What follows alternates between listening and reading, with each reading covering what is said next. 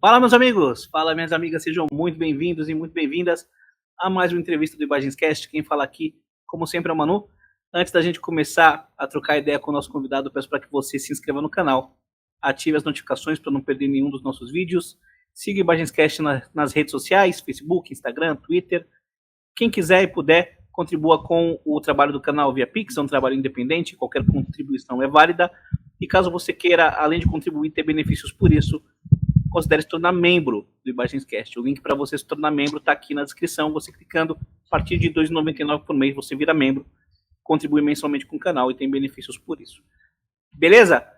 Nosso convidado está abarrotado de trabalho, fez um showzaço no Summer Breeze recentemente, está com um disco para lançar com a Spectra, é um grande baixista e um grande produtor. Estou falando do Henrique Canali. Henrique, um prazer ter você aqui, finalmente aqui no canal. Como é que você está, meu velho? Obrigado por aceitar o convite. Estou bem feliz aí de participar. Um podcast que eu assisto direto. Que legal. Uma honra estar aqui, cara. Eu assisto muitas entrevistas que você fez aí. E, tá uma honra estar aí fazendo podcast. Estou bem feliz de estar podendo participar aí.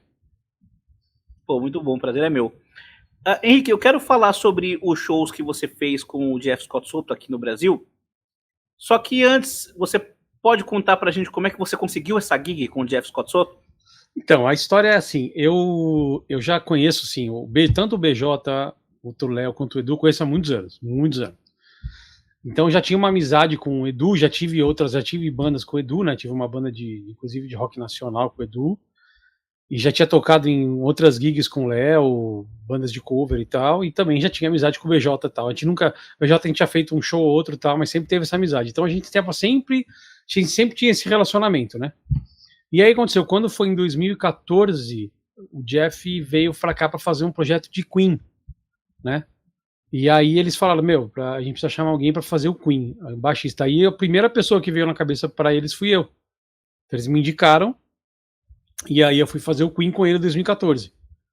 Aí eu entrei lá para fazer. E aí, inicialmente seria só o projeto Queen, né? Só faria o Queen e tal, porque quem fazia a banda solo dele era o David Z, na época, né? E aí aconteceu que passou uns anos, né? O David Z infelizmente veio a falecer e tal.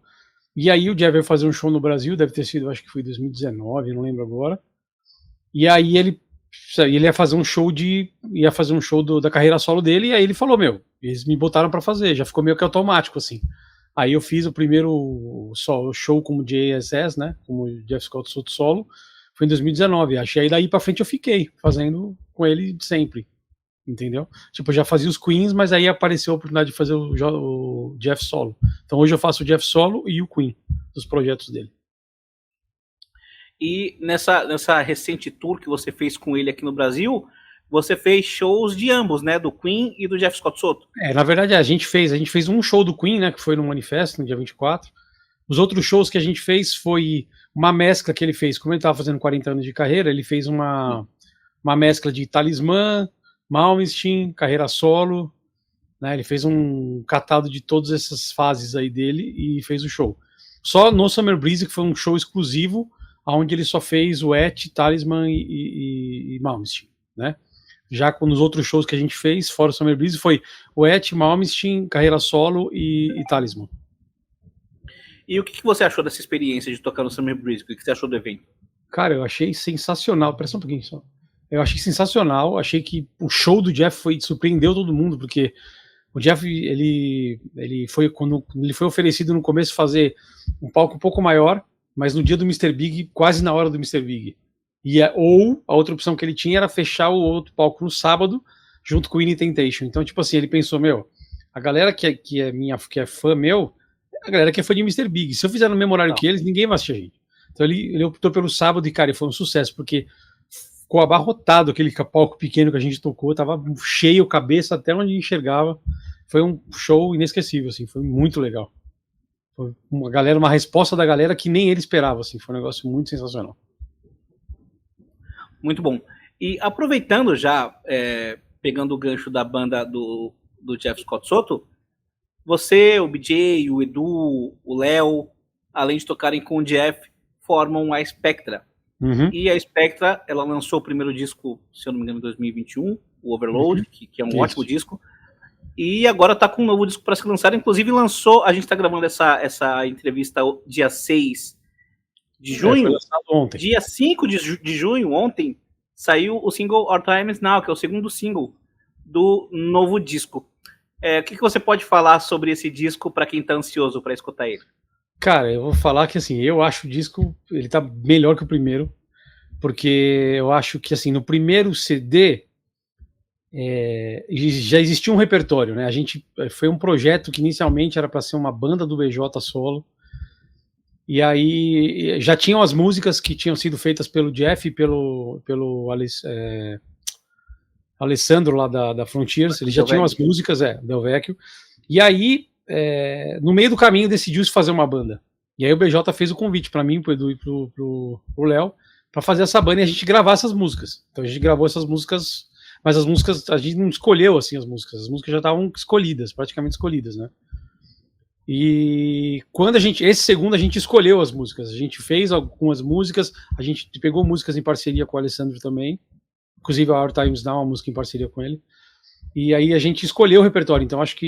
E o fato também de eu ter produzido, assim, né, o disco, então vai ficar um pouco mais com a nossa cara, né? Então, tipo assim, pra mim é uma honra esse álbum, pra mim é o primeiro álbum que eu acho que eu lanço numa gravadora internacional, que eu produzi, mixei e tal. Então, pra mim, esse álbum é muito especial. Tem um lugar muito especial pra mim, assim, especificamente. Tanto pra banda, mas pra mim também. Era sobre isso que eu queria fazer a próxima pergunta, sobre o fato de não só ter tido mais liberdade para compor nesse novo disco, bem como especificamente você, né, o Henrique, que é o produtor do disco. O quanto você acha que isso deixa o disco mais com a cara de vocês?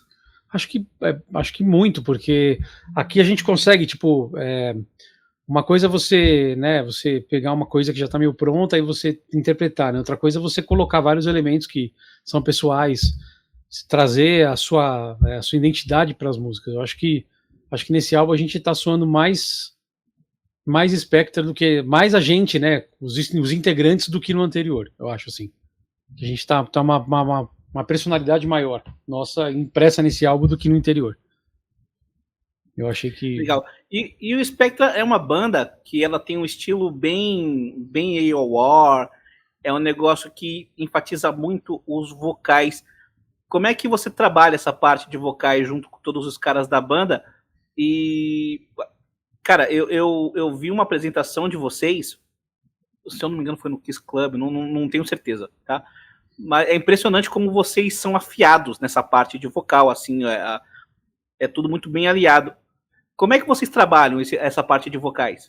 Cara, é muito fácil trabalhar essa parte de vocal quando você tem esses caras na banda, porque BJ não precisa falar. O Léo, você já viu? O Léo tem carreira, cantor, mesma coisa. Ele e tem o CDs, cara, inclusive, que ele canta, né? Acoustic Hits, que estão...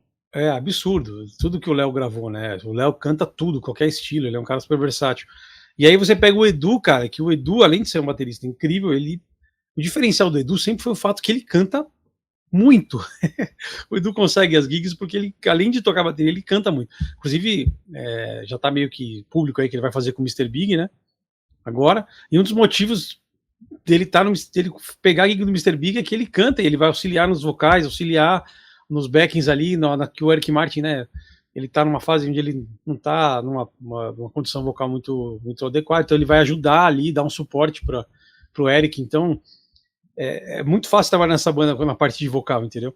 E na produção do disco, assim, a gente é muito fácil, porque muito fácil gerar backing, muito fácil, porque eles têm uma habilidade absurda de eu digo até um pouco menos que eles, mas assim, quando o Edu e o Léo e o BJ, como eles já estão há muito tempo juntos, cara, o BJ começa a cantar, o Léo já faz uma voz, o Edu já entende que ele tem que fazer outra e já fica aquela coisa pronta assim, eles são muito bons nisso. E aí eu também, né, eu peguei essa praticidade mais no estúdio, assim, mas eles como já, né, tinham Tempest, tem toda aquela coisa, eles já tocarem há muito tempo junto, é mais fácil ainda para eles, entendeu? Essa interação de vocal. Então, essa parte de vocal é uma coisa que a gente prioriza muito na banda, sempre priorizou, e a gente continua tendo um trabalho bem legal de backing ali no Spectra. É uma prioridade nossa ali, fazer uns backings para esse estilo, né? Como você falou, o AOR, ele pede muito essa parte pesada de backing. E eu acredito que novamente voltando para a parte da produção, deve ser um baita privilégio você trabalhar com cantores tão bons quanto o BJ, o Léo e o Edu na hora de você produzir a parte de vozes, né? Sim, porque fica muito fácil. Porque o que o pessoal não entende é que assim, o produtor ele é um cara que ele tem que trabalhar com as ferramentas que ele tem. Então, tipo assim, ele é um cara que vai construir.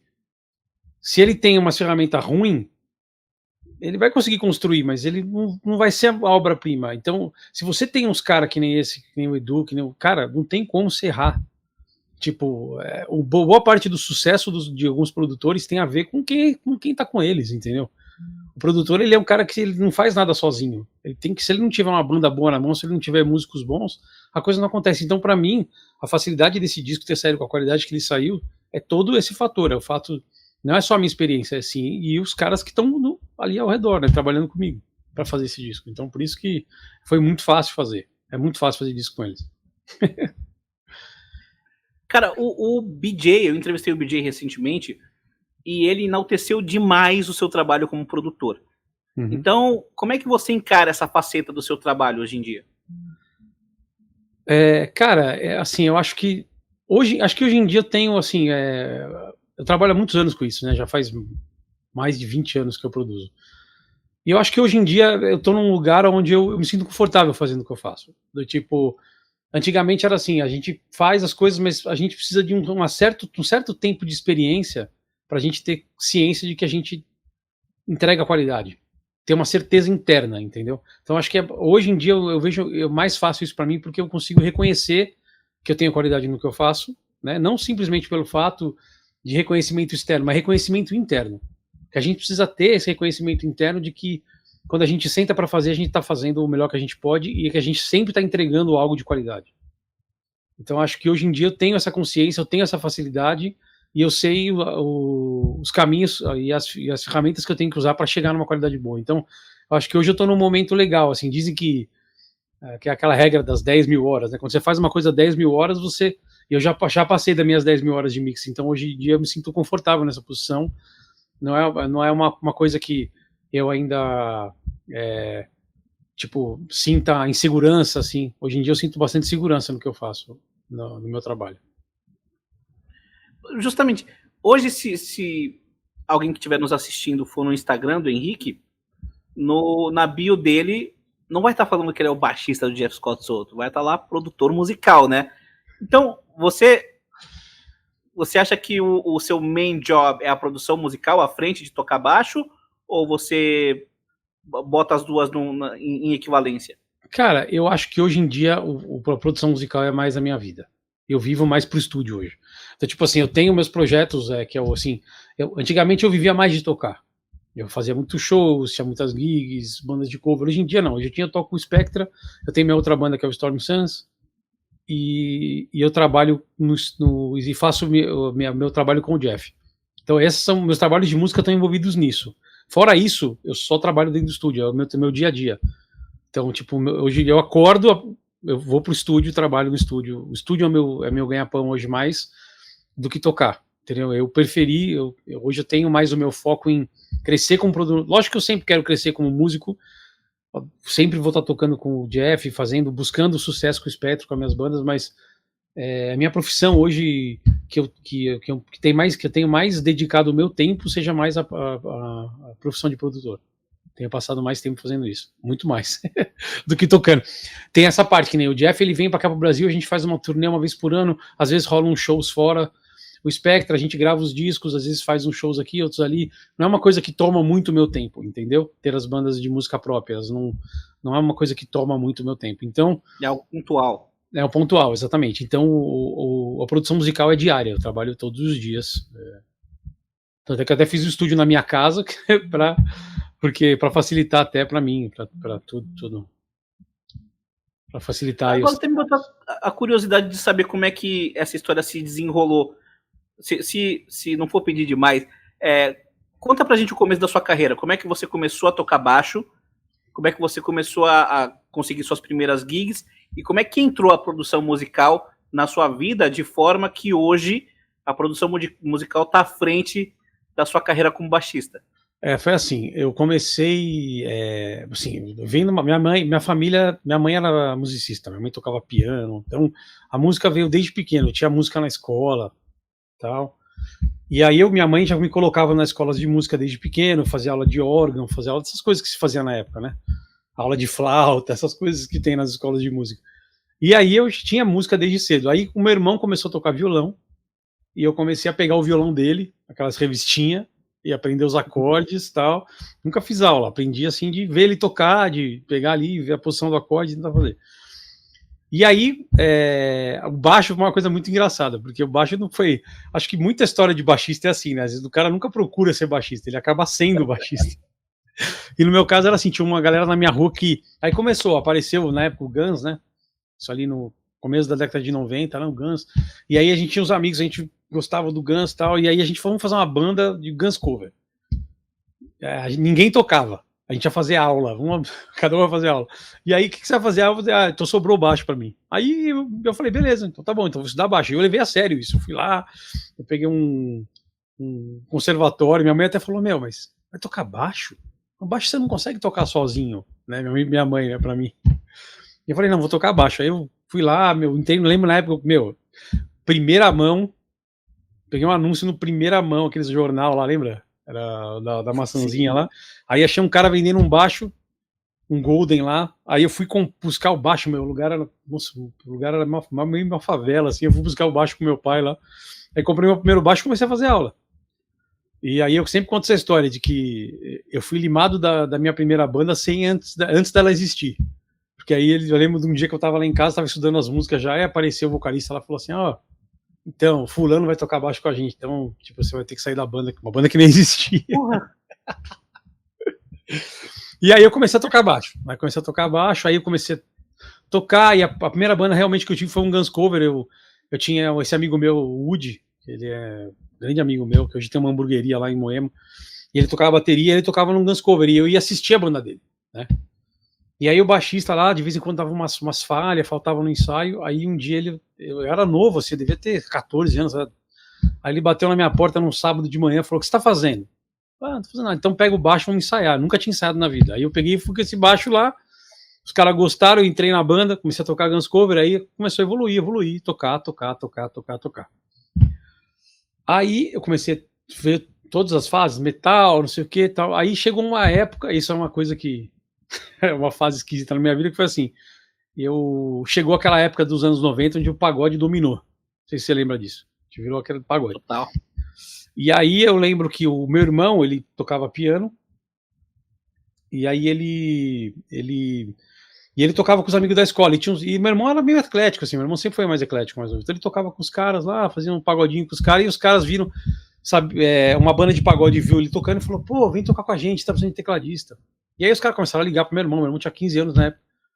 E aí o cara chegou e falou, fiquei sabendo que seu irmão é baixista, chama ele pra tocar. Aí o meu irmão falou, não, meu irmão gosta de heavy metal, não sei o quê. Aí eu falei, mas quanto que ganha pra tocar? Tal. Eu fui tocar, eu toquei samba 4 anos. Ninguém acredita quando vê, porque não tem nada a ver comigo. Mas eu toquei de tudo, então eu tive essa... Aí eu toquei, eu cheguei a fazer faculdade de música na Santa Marcelina, e eu simplesmente descobri que estudar música não é pra mim, então, tipo, abandonei. É um negócio bem mais teórico, né? E aí o que aconteceu? Eu lembro que eu ia nos estúdios e eu falava, eu pirava naquilo. Eu pirava naquele lance de se gravar. A primeira vez que falou, você grava pro canal, nossa, que legal, você grava separado. Aquilo começou a me chamar a atenção. Aí eu lembro que quando eu parei a faculdade de música, meu pai falou, e aí, porque você vai estudar, né? Eu falei, o que eu gosto é, sei lá, eu queria aprender alguma coisa relacionada a estúdio. Aí meu pai falou, tá, beleza, então vê se você, vê aí se você conhece algum lugar e tal. Aí eu achei um curso de um cara do Rio, que dava curso dos programas na época, Cakewalk na época e tal. Aí o cara veio fazer um curso em São Paulo, e foi no IAV, que é ali na Humberto Primo, né? E aí o IAV é a maior escola de áudio da América Latina, né? Eu fui descobrir, não sabia. E aí eu fiz o curso do IAV, e cara, quando eu fiz o curso do IAV, era tipo como se eu tivesse me achado na vida, tipo... Porque eu sempre fui assim, quando eu era pequeno, eu era um cara de exatas. Então eu gostava de matemática, eu gostava de física. E só que eu era músico ao mesmo tempo. Então, tipo, aí quando eu cheguei lá no curso de áudio, curso de áudio lá no IAV, primeira aula de potência. Segunda aula de logaritmo. Eu falei, Aí quando eu tive aula de ressonância, que mostra que você pega a música, o que é o áudio? Você pega a música e transforma em número. Cara, eu me achei na vida. Falei, aqui que eu lembro que eu fiz o curso, assim, eu fui o único 10 que teve nas 3 turmas. Eu estudei aquilo como se fosse. Uau. Falei, me achei na vida, é a coisa que eu quero estudar. E aí eu comecei. Aí eu lembro que eu acabei o curso, aí eu acabei conhecendo um cara que tinha um estúdio, que é o Cabral, grande amigo meu até hoje. Aí ele tinha um estúdio de ensaio, mas não gravava. Aí ele falou, aí a gente acabou juntando, aquilo começou a crescer. Já tô trabalhando com estúdio mais de 20 anos. Aí começou isso aí, só que eu tocava, né? Continuava tocando na noite e continuava fazendo estúdio, tocando na noite estúdio. Teve esse aprendizado, que o estúdio não dava dinheiro no começo, só perdia dinheiro, né? E aí, quando foi, acho que em 2014, eu tocava na noite, assim, fixo com banda, todo final de semana, quinta, sexta, sábado, sabe? Não sabia o que era viagem, que era uma festa de aniversário. Eu fiz isso por muitos anos. Eu fiquei na noite direto, 20 anos tocando e, tipo, não tinha uma vida social, assim, né? E aí, quando foi em 2014, a minha profissão de estúdio estava crescendo muito, eu estava ganhando muito dinheiro trabalhando com estúdio. E aí eu falei assim, cara, eu não quero mais fazer noite, eu não quero mais viver de tocar baixo na noite. E aí, em 2014, eu falei, parei. Aí abandonei e fiquei só com o estúdio. Aí eu tava numa boa. Aí, quando foi em 2016, apareceu a proposta para tocar com o Supla, né? E aí eu toquei 4 anos com o Supla. Mas aí, por que eu aceitei o Supla? Porque o Supla era assim, eram shows curtos, né? E assim, não tinha que fazer 3 entradas. Quando você toca na noite, você tem que tocar 3 entradas. Você tem que chegar na casa 10 horas da noite, sair 5 horas da manhã. Com o Supla não, era show de 1h15. Cheguei, toquei 1h15, recebi o cachê, fui embora pra minha casa. E aí eu toquei com ele, fazia muita televisão, então teve várias coisas legais, assim, né? Mas foi um motivo mais por causa disso, porque era um negócio mais não tão... Porque eu não queria mais aquela coisa maçante de tocar na noite, tocar negócio esquema baile, essas coisas eu não queria mais. Então aí eu comecei cada vez mais assim, deixando o baixo sendo mais secundário e o estúdio começou a ser mais minha transição foi acabando de ser naturalmente. Eu fui cansando de estar tocando na noite, mas não cansado de tocar. Quando eu faço uma turnê dessa com o Jeff, eu me encontro de novo como baixista. Eu fico, nossa, eu volto, entendeu? Por quê? Porque é isso que eu gosto de fazer. Eu gosto de ir fazer um show, tocar, botar o meu som, não ficar fazendo cover, não ficar, entendeu? Não, entendeu? Acho que perdi um pouco essa coisa de tocar o cover, de ficar tocando na noite, ficar vivendo disso. Isso para mim, isso matou meu lado baixista mais do que o resto, entendeu? E aí quando eu faço essas turnê com o Jeff, quando eu toco com o Spectra, eu tô botando ali a minha personalidade. Então é outra coisa, entendeu? É um outro nível é assim que eu quero tocar baixo. Mais artisticamente, menos tipo, movido única e exclusivamente por grana. A motivação é artística. Exatamente. Muito bom. Longo, desculpa aí, falei bastante. Não, que isso, achou ótimo. Aliás, ótima história, cara. Sobre esse período com o Supla, como é que foi lidar com ele? É um cara de gente boa? O Supla é um cara extremamente gente boa. Nunca, tipo assim, acho que você trabalhar com qualquer artista, você tem, né? Tem os lances do artista e tal, mas no geral foi uma fase bem legal, foi uma fase bem tranquila. A gente viajou. Eu fiz bastante televisão, fiz Altas Horas umas 3, 4 vezes, fiz Fátima Bernardes, fui para Londres com ele tocar no aquele festival de punk, como é que chama? O Rebellion, e fui para ele com Los Angeles tocar no It's Not Dead, que é outro festival de punk lá em Los Angeles. Então foi bem legal, assim, é um cara engraçadíssimo, né? Aquilo que ele faz é o que ele é de verdade, cara. Ele não faz personagem. O Super é daquele jeito 24 horas por dia. Foi uma fase legal, assim, a gente teve os problemas, sempre tem problemas, né, e aí acabou que na pandemia, acabou que os shows começaram a baixar, o relacionamento teve um problema, assim, entre alguns integrantes lá, e era tipo assim, era meio que eu que coloquei o integrante na banda, então, quando o cara acabou saindo, eu acabei meio que saindo junto, assim, mas, cara, tenho amizade com ele até hoje, a gente se fala de vez em quando, um cara, não tenho nada pra ficar falando mal, nem reclamando. Foi bem legal. Legal.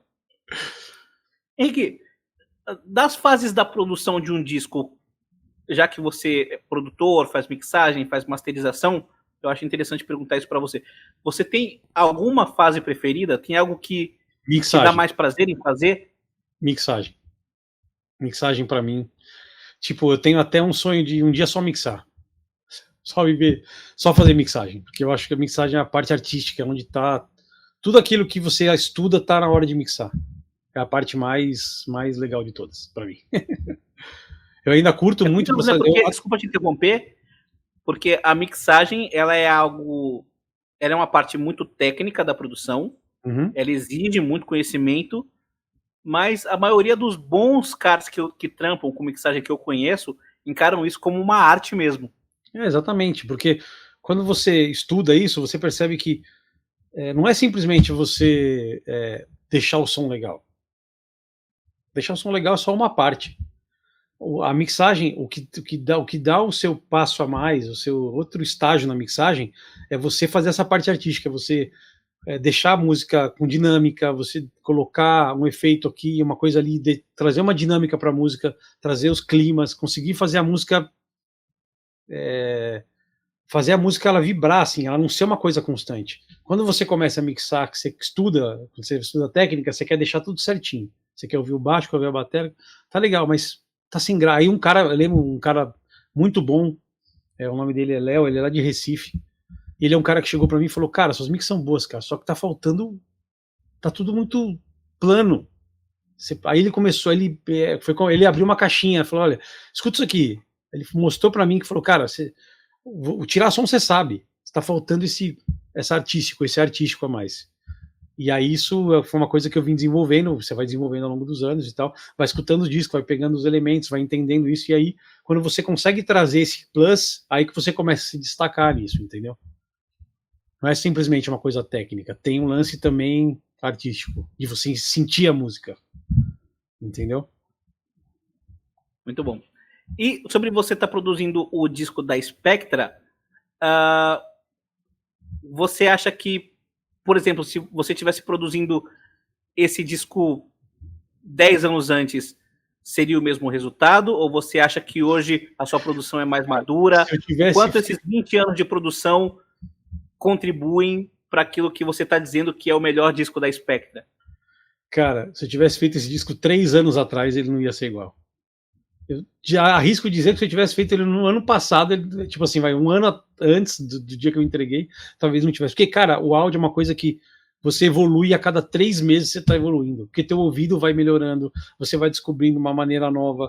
E quanto mais você fica experiente nisso, porque uma coisa é você estuda, sei lá, um Andrew Sheps, um Crisor de áudio. Você entende que, ele faz isso na caixa porque deixa a caixa mais legal. Só que quando você começa a ficar você mais velho nisso, você começa a fazer os seus truques. Então você vai e faz um negócio, porque se eu fizer isso aqui, você fala, nossa, legal isso aqui. Então você começa a criar os seus truques. Então você vai, é uma constante evolução. Tipo, se eu escutar uma mix que eu fiz há 6 meses atrás, eu já pensei, putz, se eu fizesse ela hoje, ela estaria melhor. É uma constante evolução, cara. Você está sempre estudando. E você concorda com a famosa frase que dizem que ninguém termina a mix, se abandona a mixagem? Isso, eu concordo muito. É que, tipo assim, eu acho que a gente, quando tem muita experiência que nem eu tenho, você chega uma hora que você sente que acabou. Aí já vai pro artista. Aí o artista que vai, às vezes ele que cria isso, né? Você como profissional, você fala, aqui é a mix. É lógico, como eu te falei, se eu ouvir a mix agora, se passar 2 meses, eu vou ouvir a mix e falar, putz, eu podia ter feito isso diferente. Então, tem esse elemento sempre que você poderia ter feito alguma coisa mais legal. Mas hoje em dia eu sei o momento onde eu paro e falo, aqui, a mix é isso. Aí eu entrego pro cliente. Aí o cliente é muito mais, isso vem muito mais às vezes do artista ou da inexperiência, eu acho. Porque quando eu era mais novo, a mix não acabava nunca, eu entregava. Porque eu sempre achava que eu podia melhorar, mas aí não dava, o cara me cobrava o prazo e eu entregava. Mas não era aquilo. Quanto mais experiente você fica, mais você sabe aonde acabou a mix, aonde tá legal, onde você pode passar pro cliente, entendeu? Eu acho que esse lance de a mix nunca termina, tem a ver mais com inexperiência, ou não conhecimento, ou falta de experiência na área. Mas assim, sempre cai aquela coisa que eu falei agora há pouco. Sempre que você ouvir uma coisa que você fez há um tempo atrás, você vai achar que você podia ter feito alguma coisa diferente e melhor. Então Quando o músico também é produtor, você tem problema em ser produzido, não? Nenhum. Tipo assim, eu acho que, inclusive, eu já teve. Já teve discos onde eu simplesmente só toquei baixo, né? Eu acho que assim, talvez quando você escuta uma mixagem pronta, você não tem como você não querer olhar para uma mixagem e você não querer botar a sua opinião, a sua visão daquela mixagem. Mas como músico tocando na etapa de produção de gravação, não teria problema nenhum, cara, em produzir. Zero. Eu já fiz vários discos assim antes, né? Mas é engraçado que depois que eu comecei a fazer isso, dificilmente foram os cenários onde eu não tô no Spectre, eu tô fazendo o Spectre. Quando eu vou fazer o Storm Suns, é eu que produzo o Storm Suns. Então, dificilmente aparece um cenário onde eu não sou, porque nem no caso do Supla, por exemplo. No Supla eu não produzi nada. Era produzido por outro cara, e era tranquilo, cara. Não tinha problema nenhum. E lá no estúdio, era o cara do. Como é que é? Caramba. Aí eu esqueci o nome dele. Nossa, esqueci. É o estúdio ali em Pinheiros. Daqui a pouco eu lembro o nome dele. E ele que produziu os álbuns do Supla, e eu gravei 3, acho, com o Supla. E eu fui produzido e sem problema nenhum. Pra mim é super tranquilo. Nessa parte. Eu acho que eu consigo. Acho que quando você fica mais experiente na mixagem, você consegue escutar. Por exemplo, eu consegui escutar o disco do Supla e falar, e ver o que aquele cara fez de legal que eu gostei. Tipo, ouvir uma música e falar, nossa, o que você fez essa caixa? Gostei dessa caixa. Então, tipo, você fica mais assim do que uma visão meio crítica, entendeu? Você começa a ver onde a pessoa tem, você começa a enxergar onde tem o valor e não onde está o problema. Entende, mais ou menos, ou não? Entender a arte do outro produtor. É isso. Faz sentido. Muito bom. Cara, você falou aqui, eu devo entrevistar o Edu Cominato em breve, e obviamente eu vou perguntar para ele sobre a gig no Mr. Big. Como é que você recebeu essa notícia? Como é que a banda Spectre no geral, e o que você acha dessa ida dele pro Mr. Big para fazer essa gig? Cara, eu acho assim que assim, eu conheço o Edu há muito tempo e, cara, o Mr. Big pra ele é tipo as bandas prediletas dele. Então, tipo, você tem noção, tipo, pra ele tocar lá, e assim, eu acho que ele é muito influenciado pelo Pat Thorpe. Muito, assim, eu vejo ele uma versão. Tem muito do Pat Thorpe, então, quando você escuta ele tocar, cara, tem muito a ver. E, tipo assim, era pra ele ter tocado com eles antes, né? Acho que provavelmente ele vai comentar isso na entrevista. Mas aí, era um tempo atrás, não lembro agora, alguns anos atrás, e aí eles decidiram não fazer a turnê. Mas ele chegou já a ter feito, ele já tinha feito um ensaio. O motivo dele estar nessa gig é porque ele tinha feito esse ensaio lá atrás com o Mr. Big. Ele já tinha ensaiado com eles, os caras tinham gostado, só que aí acabou que eles não fizeram uma turnê, não lembro mais ou menos. Ele vai saber contar a história melhor do que eu. E aí, quando eles precisaram no baterista agora, eles lembraram do Edu. O Edu falou, tem o Edu, cara, que ia tocar com a gente e tal, não sei o quê. E aí os caras falaram, então chama ele. Cara, a gente ficou, imagina a alegria, né, cara? Ele até, peguei até uma baqueta pra mim, né? Uma baqueta dele com o nome dele e tal, que ele já recebeu as baquetas do Mr. Big e tal. Acho que ele vai mostrar na entrevista mais tarde. Mas a gente ficou muito feliz, cara. Pô, você tem um amigo seu que toca na sua banda tocando com os caras do tamanho do Mr. Big, cara. Nossa, foi um negócio muito emocionante pra todo mundo, assim, acho. Tá todo mundo muito ansioso pra ver isso. A gente tá muito ansioso pra ver isso. Tá todo mundo muito, muito ansioso. Muito bom. Eu também tô bastante ansioso. Eu acho muito merecido e faz muito sentido ver faz o muito Cominato sentido. Tocando com ele. Muito sentido. Eu acho que faz muito sentido. Bom, seguindo, Henrique, Storm Suns. Tá. Que é uma banda que você tem com o Cadu. Sim. Né, vocalista conhecido pelo que era Rocks. Se eu não me engano, me corrija se eu estiver errado, tá? Vocês têm um álbum de estúdio lançado. A gente tem um EP e um álbum. 19. Um EP e um álbum. Um EP Isso, de lá pra cá vocês lançaram alguns singles, inclusive lançaram um agora, em 2024. Pra quem não conhece a banda, conta um pouquinho como é que a banda surgiu, qual que é o tipo de som da banda, e se vocês têm pretensão, porque esse disco, que é auto-intitulado, ele é de 2019. Se vocês têm pretensão de lançar um segundo disco de inéditas. Então, a gente tem... bom, como começou primeiro, né? Começou assim, eu conheci o Cadu de vista, assim. A gente se via nas baladas, assim, de hard rock e tal. E aí, o Cadu, ele sabia que eu produzia, e o Cadu teve uma época que ele foi fazer um teste pro... Como é que é o nome? Elegance. Ele ia fazer um teste pro Elegance, e aí ele precisava gravar as vozes para esse teste. E aí ele foi no meu estúdio. A gente se conhecia, tá? Ele falou, eu sei que você tem um estúdio, pô, tem como você gravar uma voz para mim? Aí ele foi lá, a gente acabou se conhecendo e tal, mas assim, de balada, e esse dia que ele foi gravar lá, foi tipo, só assim. Aí ele tava montando essa banda e ele me mandou uma mensagem, cara. Ele falou: meu, eu tô montando uma banda aqui, isso aí em 2015. Tô montando uma banda aqui, não sei o que, assim. Aí ele falou: tá bom, mas como que é, né? Porque foi na época que eu tava sem banda nenhuma, foi a época onde eu tinha parado de tocar. Eu tava sem banda até de música própria, não tinha nada. Foi a época que eu abandonei, que eu te falei que eu tava só com o estúdio. Eu falei: ele mandou a primeira música, que era a Hollow Man. Eu ouvi aquilo e falei: nossa senhora, cara, adorei isso aqui, quero tocar.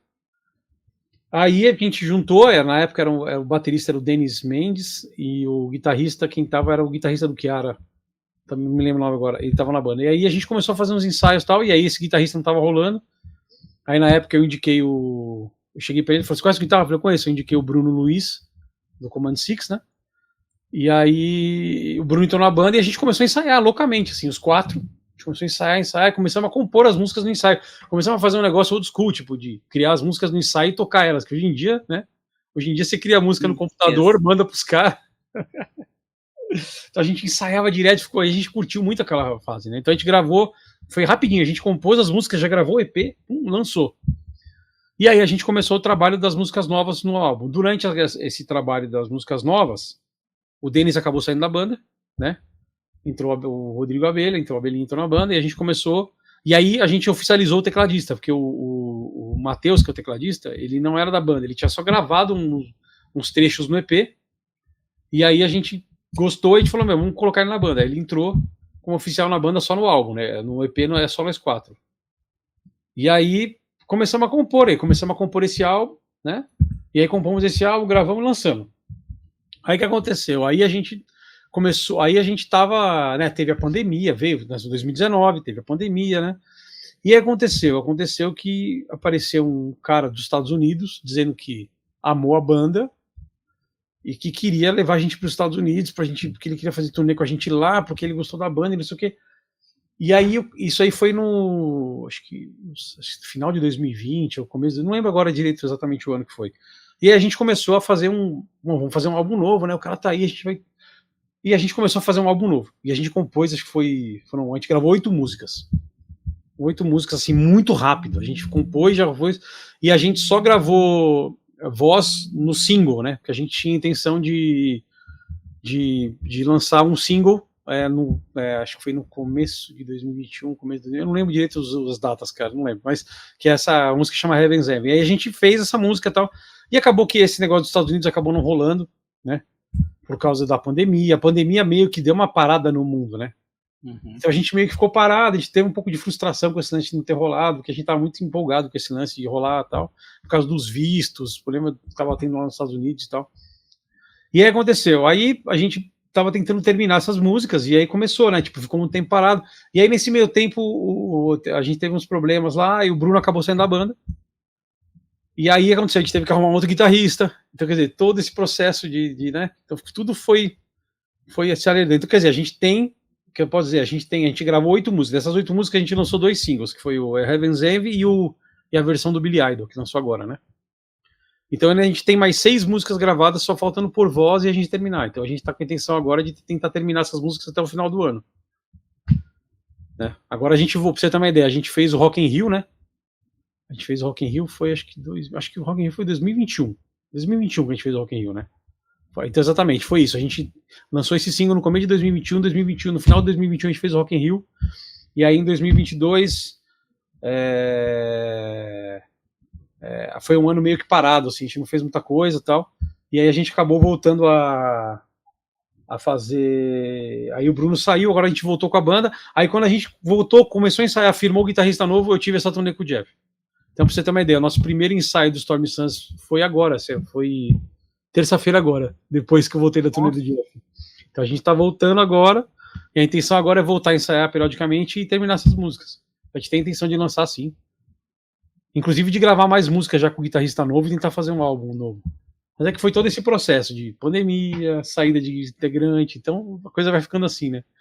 Mas no caso é que, sim, no Stormy Suns, cada um também, a galera tem muitos seus projetos pessoais, e como a gente faz coisa no independente, é diferente. Por exemplo, no caso do Spectre, a gente tem a Frontiers fala, vamos fazer um álbum novo? Vamos, tem data para entregar, tudo direitinho. Quando você tá numa banda independente, não rola esses prazos, entendeu? Então, a galera vai vivendo as vidas, e aí, vamos fazer? Vamos. Então, aí entendeu? Mais por causa disso que não saiu nada até agora, mas a banda continua ainda nativa aí. Muito bom. Seguinte, Henrique, uma pergunta que eu quero fazer para você é a seguinte. Eu tenho a impressão de que, e pode ser uma impressão falsa, mas eu gostaria da sua resposta, de que geralmente baixista acaba virando ótimo produtor. A maioria dos baixistas que eu conheço acaba virando ótimo produtor. Para citar um, eu sou muito fã do trabalho do Dennis Ward, que é um produtor de heavy metal, e ele é um baita de um baixista.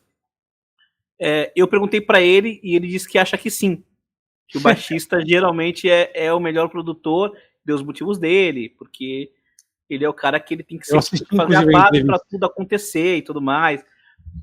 Você acha que o ofício do baixo te torna naturalmente um cara que presta mais atenção em tudo que está rolando na banda e naturalmente te torna um melhor produtor? Sim, eu acho que a questão do baixista ser um bom produtor é porque geralmente o baixista ele não quer ser o centro das atenções. Dificilmente você vai ter um baixista que quer ser o centro das atenções. Geralmente o baixista é um cara que ele faz parte da base da banda, ele tá observando tudo que está acontecendo. Então eu acho que isso é uma coisa que é foda, porque eu acho que se o cara é muito egocêntrico trabalhando com produção, ele provavelmente não vai dar certo. Um cara muito egocêntrico, que quer impor muito as ideias dele. Esse cara, geralmente, ele não vai funcionar como produtor. E, geralmente, os egocêntricos das bandas são os cantores e os guitarristas. Entendeu? Então, tipo assim, você não vai, dificilmente vai ter um baixista muito egocêntrico. Existe, mas é mais raro, entendeu? Então, por isso que eu acho que os baixistas têm, além de ter essa consciência de banda primeiro, porque quando você tá tocando como baixista, quando você tem uma experiência, você tá preocupado com... Tipo assim, eu não quero só me escutar. Se eu não escutar a bateria e não escutar a guitarra, eu não consigo tocar à vontade. Então a gente tá sempre prestando atenção em tudo. Então eu acho que um dos motivos é esse, e outro motivo é o fato de que geralmente baixistas não são egocêntricos. Então quando você tá no estúdio, você tem que aprender a lidar com o ego do artista que você tá lidando. Então se você é um cara egocêntrico, você não vai bater de...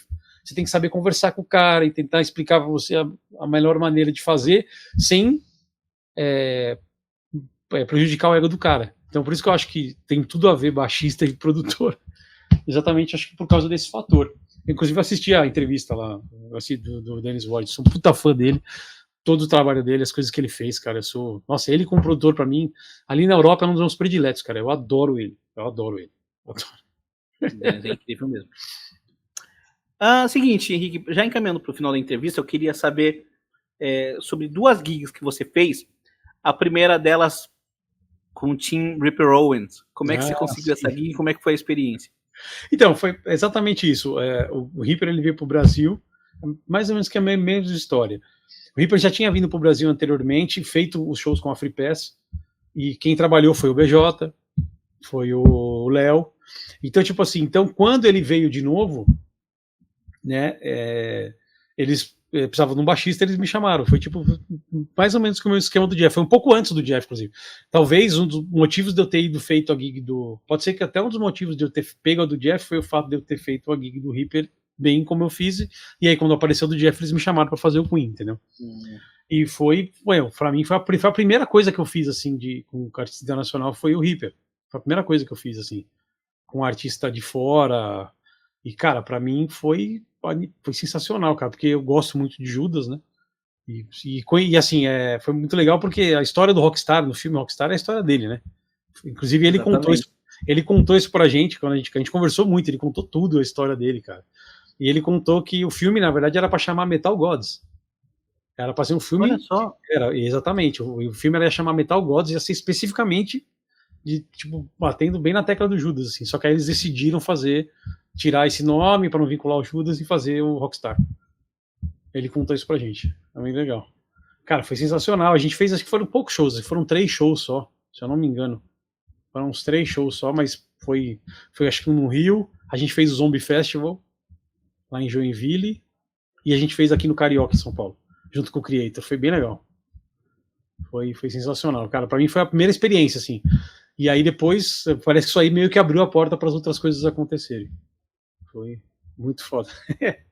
Eu lembro de para contar uma curiosidade, a gente não ensaiou com ele, né? E a gente foi direto passar o som lá no Rio de Janeiro, e aí eu tava assim, né, eu passei o som e tal, e tinha um monitor na minha frente, assim, aí ele chegou, né, aí chegou e falou, oi, vamos passar Painkiller. Aí eu tava ali, né, ali parado, começou a música, cara, a hora que ele entrou cantando, meu amigo, uma voz dele veio tão alta no monitor que eu dei uns 3 passos pra trás, eu quase grudei no amplo, assim, cara, ele canta muito, o bicho tem uma potência, cara, assustador, ele é assustador. Nossa, pra mim foi demais. Incrível. E para finalizar, você tocou com o Mark Martel. Sim. Que é um negócio, velho, absurdo.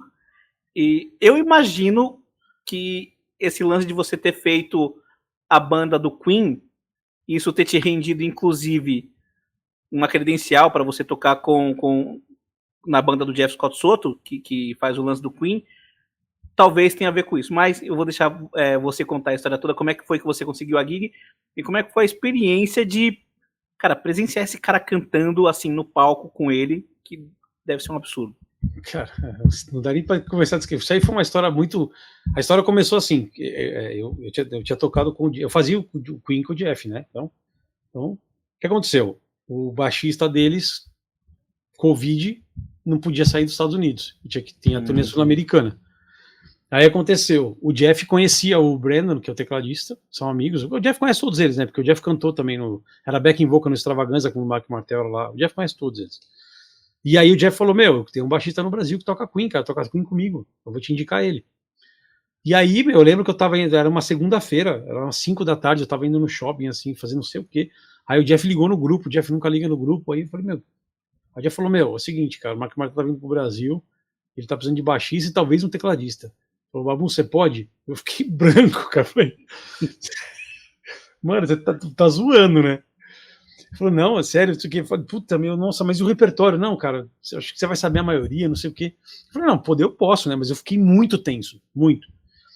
Cara, eu lembro que era assim, isso era quando deu umas 8h30 da noite, a gente começou os grupos lá pro pipocar, porque o Jeff falou, não tenho certeza ainda se vai rolar, não sei o quê. Daqui a pouco os caras começaram a pipocar os grupos, os caras começaram a me chamar, aí falou, não, você vai fazer. Aí era umas 8h30 da noite. Aí eu peguei o repertório, cara, tinha tipo umas 7 músicas que eu não sabia. Aí eles vieram para falar assim pra mim, você pode pegar o voo pro Peru amanhã, às 10 horas da manhã? Com 7 músicas pra aprender.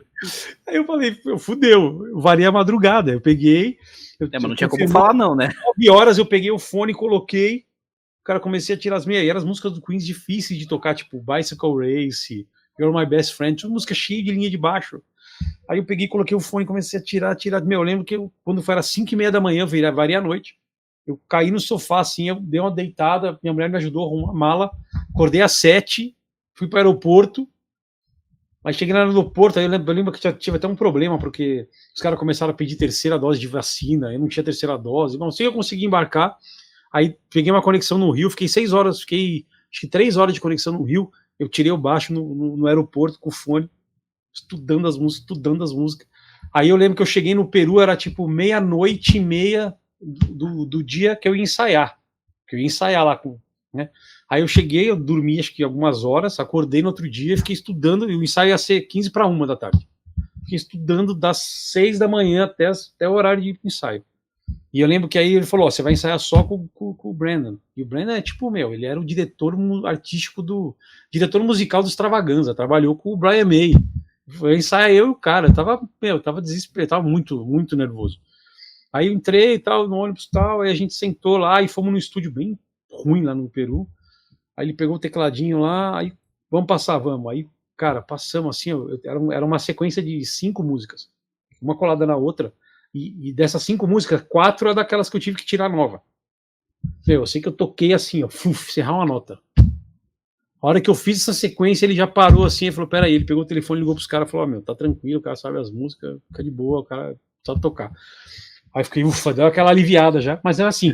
Aí o primeiro show que eu fui fazer, assim, o Mark, aconteceu, quando chegou no Peru, o dia que eu cheguei no Peru, mudou a lei no Chile.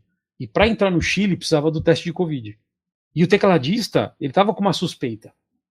Então o que o empresário decidiu? Falou, olha, pro Chile vai só o Mark e o guitarrista que sabem que estão com o teste em dia, e o resto vai, então vou separar eles. Então o que acontece? Você não vai ensaiar com o Mark. Eu ensaiei só eu, o batera, que é o Oscar, e o Brandon. eu não tinha ensaiado nem com o Mark e nem com o Tristan, que é o guitarrista, porque eles estavam separados, porque eles não queriam que eles pegassem Covid para eles poderem puxar e não perder o show. Aí a primeira vez que eu fui tocar com o Mark foi em cima do palco, lá no meu Arena Peru. Meu, cara, 5.000 pessoas, cara, sentado. O lugar era tão grande que era 5.000 pessoas sentado. Eu lembro que eu cheguei e falei, meu Deus. E aí a gente passou, fez uma passagem de som enorme e tal. Aí eu fiz o primeiro show muito tenso, assim, sabe, concentrado, porque tinha muito detalhe. Tipo, na música tal você tem que olhar pra mim, eu vou fazer assim, você vem. Cheio de detalhinho pra ficar decorando. Mas, cara, no fim eu fiz os shows praticamente perfeitos, assim, foi, meu, absurdo. E assim, cara, e assim, o que era legal é que onde eu ficava no palco, era em cima do piano do Mark. Então, cara, a hora que ele sentava pra tocar Boemia, eu ficava eu e ele ali, cara, e tipo, era um negócio absurdo. Quando a gente foi no show ele é muito de outro planeta. O quanto ele canta, ele é outro planeta, cara, é um negócio assim, quando você vê ao vivo, na sua frente, assim, em cima do palco, a gente fez na Argentina, no Luna Park, ele acabou o show, a galera, o Luna Park lotado, e a galera pedindo música, aquele jeito argentino de ir no show, você sabe, né? Aí ele subiu no palco e fez Wants to Live Forever sozinho no piano, cara, um negócio me arrepia de lembrar. Ele é um artista incrível. E assim, me trataram super bem, cara, foi um tratamento, assim, o profissionalismo dos caras, eu fui tratado como se fosse da banda deles. E, cara, aí o que aconteceu? No final de tudo, o último show foi aqui no Espaço das Américas. Eu fiz 5 shows no total. Aí, antes de eu ser chamado, e tinha um show em Curitiba que foi cancelado, e depois que eu tava, a gente não foi pro Chile. Então, era pra fazer 6, fiz 5. Eles me chamaram no camarim lá no camarim deles, lá, que é o camarim onde fica o empresário Mark, me chamaram, falaram, a gente vai te pagar os 7 shows. Eu fiz 5 shows e recebi por 7. Tanto que eles gostaram. Caramba, velho. Então foi um negócio sem sair. Cara, todos os lugares que eu toquei, todos os lugares, tudo arena, cara. Então, quer dizer, Espaço das Américas lotado, Luna Park, que é histórico, né, Arena Peru, a gente fez no Vivo Rio, e lá só lá em Porto Alegre, que o lugar não era muito conhecido, era um teatro lá, era um pouco a casa menor que a gente fez foi em Porto Alegre. Mas foi uma experiência, pra mim, assim, nossa, assim, eu acho que ali eu ganhei muito respeito, assim, depois que eu fiz isso, entendeu? Muito respeito de todo mundo. Quando você chega pega uma gig dessa, um dia antes, e faz com competência, a galera te olha de outro jeito, né? Tipo, porque eu ganhei muito respeito no meio depois disso daí. Uma coisa muito boa pra mim, assim, pra minha carreira como baixista. Foi sensacional. Muito bom. Henrique, acho que é isso. Mas para finalizar, eu queria te perguntar o que o fã que está nos assistindo pode esperar da Spectra, da banda do Jeff Scott Soto e principalmente do Henrique Canali para o futuro. Cara, o Spectra, o disco vai sair agora em julho, tá sensacional. Eu acho que tem muita coisa boa nesse disco. Acho que vale a pena conferir. Vocês vão ficar bem felizes com o resultado. A gente manteve a gente elevou o padrão da qualidade das coisas, somente porque nesse disco tem músicas nossas também. Cara, quanto a banda do Jeff, cara, o Jeff, assim, ele costuma vir para cá anualmente, né? Então eu acho que provavelmente ano que vem a gente vai tocar por aqui de novo, ou talvez fazer alguma espécie de turnê por aqui, como a gente sempre faz anualmente. É meio que de praxe, o Jeff sempre vem para cá. Às vezes, que nem tava, a gente quase fez alguns shows agora em agosto na Bulgária e tal, mas acabou não dando certo. Mas o Jeff é mais ou menos isso, assim, quando aparecem as propostas de show, ele sempre leva a gente junto, então. Mas assim, como o Jeff tem muitos projetos, geralmente tem aquela época do ano onde ele dedica especialmente para a carreira solo dele, né? Então, geralmente ali, março até maio, onde ele fica ali nessa parte mais focada para a carreira dele. Quanto ao Stormy Suns, deve vir um CD logo aí, mas deve vir material novo até o final do ano. E, cara, quanto a mim, é isso aí, cara. Eu tô aqui com o meu estúdio, tô expandindo ele. Quem tiver banda, quiser conhecer meu trabalho aí, pode ir nas redes sociais aí. Lá tem o meu contato de WhatsApp direto comigo, se quiser falar de produção, escutar o Spectra aí, escutar o Stormy Suns. Tem mais um portfólio bem grande aí de bandas que eu trabalhei. O Silks 66, por exemplo. Eu tô fazendo o CD novo deles também, que já trabalhei muitas vezes com eles. E bastante bandas aí no cenário. Muito bom. Pessoal, essa foi nossa entrevista com o Henrique Canali, baixista da Spectra e produtor com mais de 20 anos aí de experiência. Henrique, quero agradecer imensamente sua presença aqui no nosso canal. O tempo e espaço é seu aí para você deixar um último recado para a nossa audiência.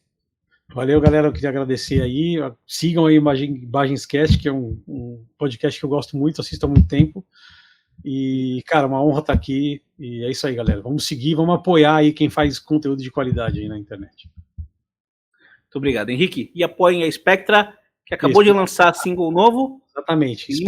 Spectra The Band, né? É oficial. Henrique Canali, o meu canal é com 2 L's, como está aparecendo aí para vocês aí no vídeo. E eu estou em todas as redes sociais, Facebook, e é isso aí. E aí a Go Spectra, olha, eu não me lembro a data exata de julho. Eu não sei exatamente a data que vai sair o álbum. Eu acho que é no começo de julho que vai sair. Depois o BJ deve ter falado a data na entrevista dele. Se eu não me engano, é dia 12 de julho. 12 de julho, se eu não me engano. É isso aí. Acho que é isso aí mesmo. Tá. Mas saindo. Enfim, em julho sai. Pode ficar tranquilo. Bom, pessoal, espero que vocês tenham curtido a entrevista com o Henrique. Se vocês gostaram, deixem o like. Não se esqueçam de se inscrever no canal. Ative as notificações. Nos sigam nas redes sociais. Quem quiser e puder contribuir com o nosso trabalho via Pix, considere se tornar membro do canal e aguardem nossas próximas entrevistas. Beleza? Falou!